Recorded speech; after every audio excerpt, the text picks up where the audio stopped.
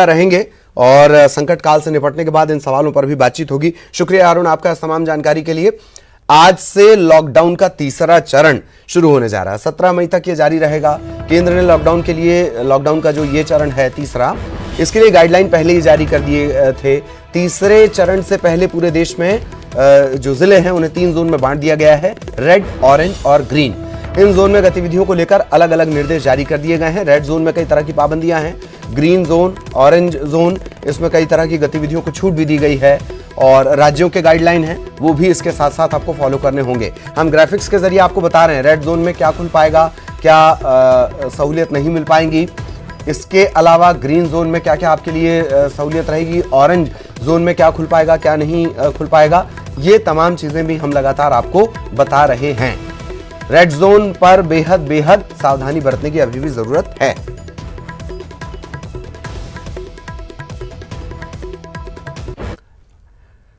और इन सब के बीच जबलपुर की बात जरूर कर लें। लॉकडाउन में आज से चुनिंदा चीजों पर ढील मिलेगी। हालांकि कंटेनमेंट एरिया जो है, कंटेनमेंट जोन जो बनाए गए हैं, वहां पर सख्ती बरकरार रहेगी। दवा, किराना, सब्जियां, ऐसी जरूरी जो दुकानें हैं वो जरूर खुलेंगी। सुबह 7 बजे से शाम 5 बजे तक दुकानें खुलेंगी। स्कूल, कॉलेज, कोचिंग संस्थान पूरी तरह से बंद रहेंगे। कृषि संबंधित कार्य, व्यवसाय ये खुलेंगे जरूर पर छूट के दायरे में रहेंगे। इन्हें डिसिप्लिन का पालन करना होगा। इन्हें मतलब आपको डिसिप्लिन का पालन करना है। प्राइवेट जो दफ्तर हैं, निजी दफ्तर हैं, वो 33% कर्मचारियों की मौजूदगी में खोले जाएंगे। विवाह और अंत्येष्टि कार्यक्रम में 20 से ज्यादा लोग शामिल नहीं होंगे। हालांकि विवाह समारोह के लिए मियाद बाकी जगहों पर बढ़ाई गई है। 17 मई तक लॉकडाउन जारी रहने के दौरान इन नियमों का पालन करना होगा। कलेक्टर ने यह गाइडलाइन जारी कर दी है।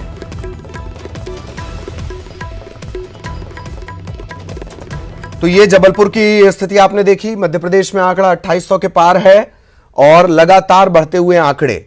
सहयोगी शरद के पास आपको लिए चलेंगे मध्य प्रदेश में किस तरीके की स्थितियां हैं और बेहतर तरीके से समझने की कोशिश करेंगे। शरद आपको नजर आ रहे होंगे। शरद, पूरे मध्य प्रदेश की अगर बात कर ली जाए, हालांकि जबलपुर में मामले बढ़े हैं और इंदौर खैर लगातार बढ़ रहा है। स्वास्थ्य मंत्री ने पहले भी कहा था कि एक जंप यहां पर आएगा। इन सब के बीच लॉकडाउन का तीसरा चरण आज से। शरद। हाँ बिल्कुल, देखिए आपने सही कहा और जो बातें आप बता रहे थे जबलपुर के बारे में भी कमोवेश बाकी के जो इलाके हैं उन पर भी इसी तरीके की चीज़ें लागू हैं। देखिए जो महत्वपूर्ण बातें हैं और कल जब मुख्यमंत्री ने प्रदेश की जनता को संबोधित किया और उसके बाद लॉकडाउन 3.0 का जो स्वरूप सामने आया है वो देखना होगा, क्योंकि जो ज़रूरी चीज़ें हैं मसलन दवाइयाँ, सब्जी, फल, ये सब चीज़ें पहले से भी मिल रही हैं। तो फिर लॉकडाउन 3.0 में क्या होगा?